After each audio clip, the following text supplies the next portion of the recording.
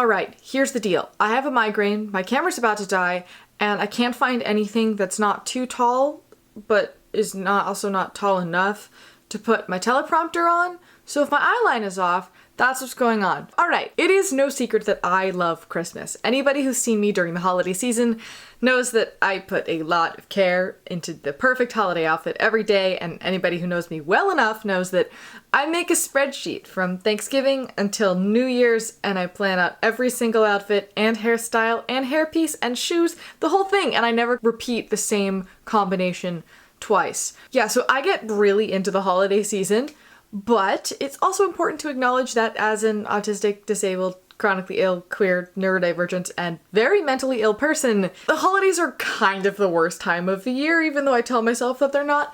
And I've been trying to put this sort of cognitive dissonance into words for some years now, and I think this year it kind of finally clicked. Obviously, it would have been more ideal to, have made this video pre-holiday season so that you can, use these tips to survive the holidays this year.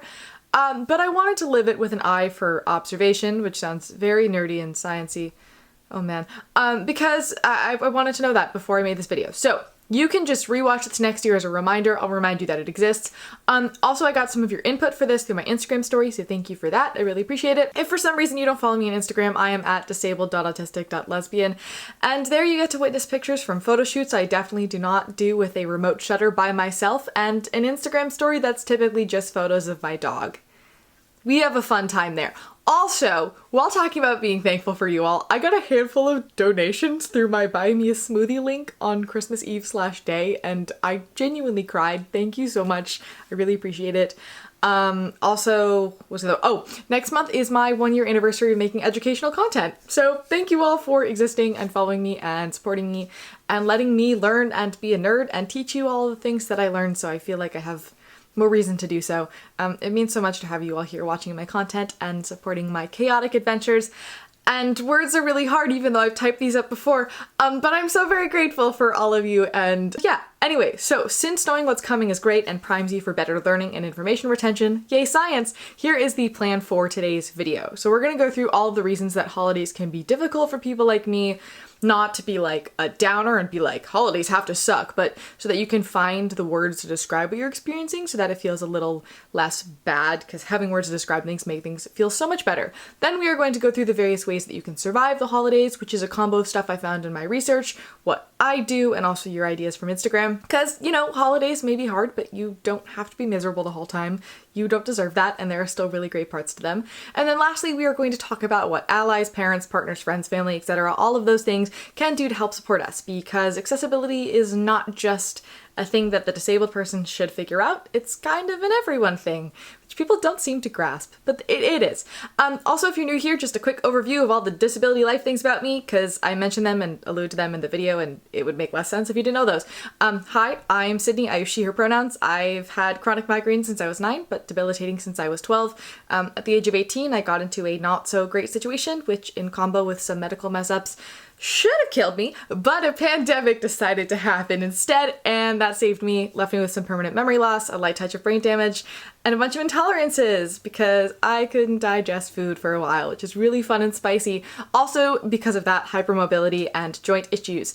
But I also now dress like this and I like myself better, so it was worth it. I am also autistic, and I was studying in Italy this fall, so I'm still a wee bit culture shocked from the transition. And my favorite color is buttercup yellow. I think that's all you really need to know. Oh, and I also might mention that my birthday is 10 days before Christmas, so when it comes to having a hard time around the holidays, I have an extra holiday just kind of shoved in there, which doesn't quite help. But this year my album came out on my birthday, which is really cool. If you haven't checked it out, you can do that in the description. I'm gonna stop plugging myself now. Let's begin with the actual things in this video. Why the holidays can be the actual worst. So, first of all, we have the whole unexpectedness routine change portion of the holiday season, because not only are there more holiday things to attend to which mess up your schedule, but often, at least when you're my age, there's the whole school ended and now I don't have a structure to my life and I suddenly just moved, which is just really disorienting on top of all the holiday stuff. Or in this year's case, school ended, now I don't have any structure, and also I moved, and also the time zone changed, and also I'm in a completely different country. I've been handling it very poorly. I digress. General theme is change of routine, lack of structure, and the chronic unexpectedness, anxiety, and anticipation of that kind of life, because we don't do well with those things. Also, if you've just moved, even if you're going to holidays at somebody else's house that's not your own, your traditional support system, whether that's your friends or your toys or just your space, is no longer there, which makes you less prepared if things go wrong or if you just lose energy. And then if you travel, you go through what I call the 7 stages of vacation grief, which happen year-round on any vacation. And there are 7 stages, because the first time I was able to put this into words, it was a week-long vacation. Without further ado, stage 1, the excitement. This is the ooh adventure phase. You're so excited. Stage 2, realization begins to set in just like a wee bit because you're a little tired, but you're still pretty optimistic because like it's vacation, wow. Stage 3, now the real exhaustion and dysregulation begins to kick in because heck, where is my routine? Is there no schedule? What is going on? Stage 4, we have depression. During this phase, you are extra exhausted, but you're also depressed because where can you take control to get rid of that feeling? Nowhere! It's vacation! Stage 5, redemption, and also major panic phase. When you think, I can't be depressed right now, it's vacation, what's wrong with me? I've wasted so much time, Then we have stage 6, where you're finally settled into your new routine of having no routine, and you're enjoying your vacation. And then stage 7 is when you go back to your life, and then you have to readjust, and the other way around, and go through the whole 7 stages yet again. It's so fun. I love dysregulation. Yay. That process is not inevitable, of course, but for those of you who've, again, never been able to explain why travel is hard for you, now you have words for it, so maybe that'll help. Or not, I don't know. You're welcome. Now, when your routine is messy, you're not sleeping as well, not to mention that so many holiday things are way too late at night, and your food schedule and intake can get weird, both of which make you more likely to overload. And then events are often loud, and then there's no way to get any quiet. To be fair, my extended family is mostly Italian American, so it's probably a significantly higher decibel count than most family gatherings, I don't know. And then the strong desire to play Christmas music, to feel festive, regardless of, how terrible a singer that person may be. Why is this a thing? That's overwhelming on its own, but then as somebody who has severe auditory processing disorder, trying to focus on what one person is saying to you and doing the social interaction thing and understanding what they're saying is exhausting and near impossible. And don't even get me started on throwing masks into the mix, because I don't know what's going on anymore. There are also a lot of smells and so many lights, which, important thing to note, when somebody says, we put fancy lights on our tree this year, and then pulls out their phone, they're about to show you the strobing lights that they put on their tree because they thought they were fun. Don't look at them. Also, a lot of holiday clothes are not sensory nice because there's just a lot of velvet and tutu fabric, which I think is chiffon. You'd think I'm a fashion nerd. This year's the first year that I've managed to completely avoid bad Christmas clothing textures. For that, I am grateful. If you want to buy vintage Christmas clothing, highly recommend good textures. And then we get into the food, which is an entire time because there's always that one grandma who talks constantly about the new diet that she's on. Can we stop talking about Noom, please? And then the other one who tells you that you shouldn't be eating so much because you've gained weight, or alternatively, the one who comments about how you've lost a little weight and it looks really excellent on you without realizing that the only reason you lost said weight was because your newly discovered chronic illness has been trying to kill you for nearly a year. Just regular, normal life. And then if you have allergies or dietary restrictions or even serious sensory issues with food or emotional issues, because eating disorders exist, this can be an entire disaster. I am about to go see my Italian family for the first time since I've become allergic to onions and garlic and lactose. I'm a wee bit concerned that I'm about to be disowned, but it's gonna be fine. It's gonna be totally fine. For those of you who are about to comment, but weren't you just living in Italy for a semester and were okay with the food? That's because northern Italy, where I was living, is pretty allergen friendly since their dishes tend to be quite simple. My family is traditionally from southern Italy, which is the land of, we'll just throw everything we have in the house into a pot, and if you can't smell it from down the street, you need to add more garlic to it, and that's what the meal is. So this ought to go well. Now, there's also, there's this tradition of having only 2 meals a day on a fancy day instead of 3, which I don't get because, your girl gotta eat to stay upright, but I digress yet again. Moral of this section of the story is, oh man, overstimulation. is, oh man, overstimulation and there's no routine, send help. Now, on top of that, there's this expectation around the holiday season that you're supposed to spend your entire day with people. You don't get any breaks, you have late nights, you can't control your meals, and you're expected to have high levels of social interaction all the time. Which means a lot of small talk and a lot of masking. If you don't know what masking is, I will link it in the card on whatever side it is. I still don't know. You are expected to know who to give gifts to and who not to give gifts to, what gifts are appropriate, which ones aren't, know how to perfectly react happily when you're opening your gifts. I don't have control over my face. And being constantly hugged and touched and tapped by family members. I also know that, for a lot of people, family members don't necessarily support you or understand or believe you about that disability. I know that a lot of my family probably learned about the extent of my disabilities from my work here rather than through conversation with me. And in a lot of families, especially with older generations, you kind of just don't talk about taboo things. You just pretend that they don't exist because that used to be the cultural norm. Older family members may be less supportive and they may glare at you when you talk about your disabilities or dietary restrictions or openly stim or wear your headphones or don't make eye contact properly or any of the other things that I personally do to regulate and conserve energy so I can maybe get through the whole day without exploding. Yeah. Also, autistic people, as we have spoken about before, are also more likely to be queer and trans than allistic people, meaning that around the holidays, a lot of people are being asked about a boyfriend or a girlfriend or a partner that they will never have, and being misgendered and dead named constantly and forced to dress as their assigned gender at birth, which can cause major dysphoria, which is not fun. I also don't want to talk too much about religion here, but just as somebody who was converted to a different religion in high school, I know that personally, Christmas time in particular brings up some weird, like, unresolved religious confusion things that I've never wanted to confront, and took me 4 years after I converted to be able to say no to going to Christmas Eve service despite now being in a religion that does not have Christmas.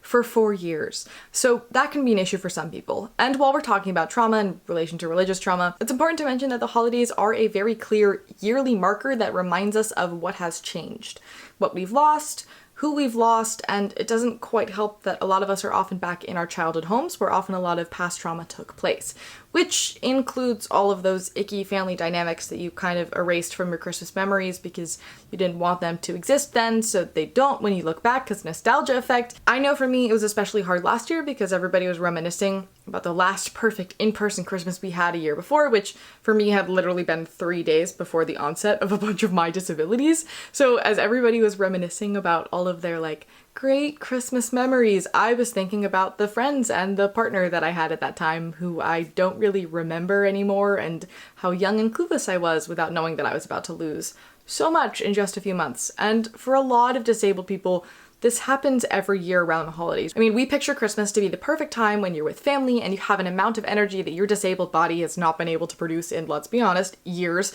and you never picture it as a time that you need your mobility aids or get sick or anything else.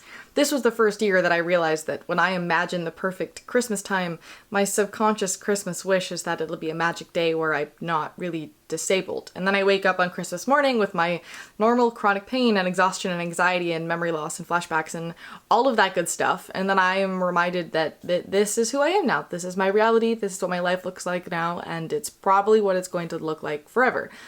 And to be quite honest, that kind of sucks to realize. Like, it really, really does. Partially because my disabilities are a fundamental part of who I am and my identity, and the fact that I subconsciously imagine my ideal future without them is really sad and weird to kind of like, process.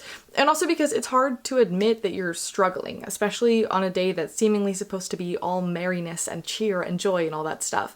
And I know that holidays also make me painfully aware of how disabled I actually am, if that makes any sense. Because, like, I hate myself for having to set boundaries that I never did before, and I hate myself for not participating in everything, and I hate myself for not enjoying the Christmas season, and I feel rude for not being a part of everything, and I feel so guilty every moment that I'm part of the festivities because I feel like I'm in the way. But then at the same time, I know that it would be so much worse if I were alone. And then it's a whole hassle to figure out what I can and cannot eat. And you don't know until you have a dietary restriction how isolating it is to have dietary restrictions and sit down for a big family meal and be the only one with a completely different plate from everybody else. And this also isn't just like a Christmas thing. You don't notice how inaccessible most holiday traditions are until you're suddenly disabled on Halloween, trying to decide if you want to go to the showing of Rocky Horror at 11 p.m. and get a migraine, and whether that's technically self-harm or self-care. And every year I dream of the perfect Christmas. Well, okay, I'm Quaker, so we don't really have Christmas. That's arguable. It depends. But I like the traditions and the gift giving and the family bits, so I'm going to keep those when I am an adult, and also my whole family obviously celebrates Christmas, so you know what I mean. But I dream of the perfect tree and the perfect dress and a fresh coat of snow on the ground and good Christmas music and an excessive amount of cookies. And then reality hits, and I realize that it's also seasonal depression time, and also I'm still disabled, and I can't do so many things that I used to be able to do, and it makes me feel kind of detached, and I feel extra sensitive. So when a relative tells some vaguely sad or upsetting story about their neighbor's son, I lose it. And it's just really, really difficult. I don't even remember my first disabled Christmas because I was just so overwhelmed by all of the emotions that my brain went, we're not going to keep that. We're going to get into the positive in a minute, I promise. We're almost there. But I do just want to say that feeling like this is completely normal. I'm going to link a video in the description by a lovely therapist YouTuber named Mickey Atkins, where she talks about the holidays and specifically says that holiday season is the therapist's busy season. This response is completely normal. People struggle with going home, with being around family, with the holidays not being the perfect nostalgia bubble of joy that they remember them to be in the past. And coping with change and loss is really, really hard for everybody. And you aren't alone in this. I know that social media can make you feel a little alone in this because everybody has, the perfect aesthetic and happiness on there. But I will be the first to say that the picture in this year's post was taken about 15 minutes after having a panic attack. So, it's okay to struggle. Coping with change is hard, and you are not alone in this experience. Jessica Kellgren-Fozard, let's not be surprised that I watch her. Look at me. Also has some great videos about disabilities and the holidays, which I will try to locate those and put them into the description for you all as well. Now, speaking of not alone, I reached out to you guys on Instagram and I asked what you do to cope with the holidays, along with compiling some stuff from a few creators who I will also link in the description. And here are the things. I've broken them into 4 groups. So the first group is validation. Remind yourself that it's normal to feel this way. Your routine is wonky, there's a lot of overstimulation, and trauma reactivation could and likely will happen, and that's okay. You are not alone in this, and you should forgive yourself. Also, I don't know who needs to hear this today, but even though it seems like your mental health has relapsed back to some dark place you were a year ago or 2 years ago, you've come such a long way since then, and you've learned so many new skills and gained so many new tools now that you didn't have then. So you don't have to start from square one. You're not going to have to start from square one. You're just exhausted right now, and it'll all be okay. It's also important to remind yourself that it's okay to not participate in everything. It's okay to use your accommodations or your chosen name or correct pronouns, even if some family members stare at you weirdly. That being said, your safety does come before those things. Safety is very important. I trust you to weigh the pros and cons there. And if somebody says something homophobic or ableist or transphobic or anything else offensive towards you, remember that what they say about you does not have to be who you are. Only you know who you are. And overall, don't be so hard on yourself. When it comes down to it, it really is just a day. That's it. It's a day, like any other day. So if you aren't 100%, that's fine. And that brings us into our second category. Have realistic expectations for yourself. Have I ever felt completely 100% on any day in the last 3 years? Not really, so why the heck am I expecting to feel that way on Christmas? I'm setting myself up for disappointment with that one. And I know that. We're working on it. It's important to also know your limits and energy levels and plan accordingly. I know that I'm the kind of person who's like, oh, ooh, event, I want to do the thing, and I sign up for it, and then suddenly I have an event every single night of the week. Instead, plan before the invites come out what you really want to do. And then when all the invites come, you'll only say yes to the things that you really want to do, and then you're less likely to overload yourself with holiday events and really enjoy each one. I also had several people say, do the bare minimum and never fully book all the days you're home, which is in the same vein, but I thought that language was really important. I also just realized that a lot of what I'm saying is a lot harder to control if you are a child or a young adult because your parents kind of plan all of the things, but try your best to take control where you can. Some of these other tips will probably help better. I don't know. do what you will. The next bit is make sure that you have a plan. The first thing to do is to gather all your tools beforehand. Make sure that you're getting lots of sleep and eating and drinking well before you go to an event or just exist. Also go over all your coping skills with yourself. I personally have a sticky note for each struggle of mine, whether that's a migraine or a panic attack or whatever, and all of the things that I can do, all the steps I can follow to try to help me handle it. It used to live on my wall, but it's now a picture in its own folder on my phone photos. So when I'm kind of panicking in a situation and I forget what my tools are, I have a list that is really helpful. I highly recommend making one for yourself. It's a lifesaver. You can also script beforehand what are the main points you're going to talk about in your small talk things. For example, this year, I always talk about how I miss Italian grocery stores and do a whole bit about how massive American grocery stores are, how my favorite part of Italy was all of the traveling I got to do, and how I'm excited to take more neuroscience classes this spring. I also go over ways to change the subject in case I'm uncomfortable, or de-escalate the situation if somebody becomes kind of heated about something or we get into a touchy topic, how to tell somebody that I don't quite understand what they're saying, and a few ways to say, hey, I gotta go, just in case. It's also really great to have a few plans in your head so that if plans change, you have that one scripted in your head too, so it's less overwhelming of a change. An example being preparing yourself to go to 3 different restaurants so that you'll feel okay if you go to any of the 3. You can also plan out your outfits to be super sensory friendly and something that you like wearing, like I do with my swishy skirts, so that you don't have a meltdown caused by your clothes, and figure out what the food is going to be in advance and see if you can insert some of your same foods into the menu to make sure that you'll at least like something. I also recommend packing some tools to go with you. Your noise cancelling headphones, stim toys and tools, a feel wheel, if you don't know what that is, favorite stuffies, weighted blanket, snacks, water bottle, migraine meds. Download a few episodes of your comfort show onto your phone. Grab a book about your most recent special interest. Anything that works for you. Also, journals are really great. In the moment, reach out to other people. If you need to distract yourself from something that's going on or just vent to somebody, have a designated vent friend to text. I have like 3 who I usually will text all of them. Hey, do you have emotional space? And then whoever responds first with a yes, I will dump, and then they will dump whatever they're dealing with back, and then we're just there to validate each other. And it helps me a lot to just have somebody else who knows what's going on. A good tip I recently discovered is that you can also ask somebody to give you a job. Be in charge of rolling out the cookie dough or DJing the music or making the place cards or something. I always feel a lot better when I feel like I have something specific and tangible and directive with a purpose. You can also ask nicely for help finding a spot that is specifically for you to go and take breaks in, and then actually go take those breaks frequently.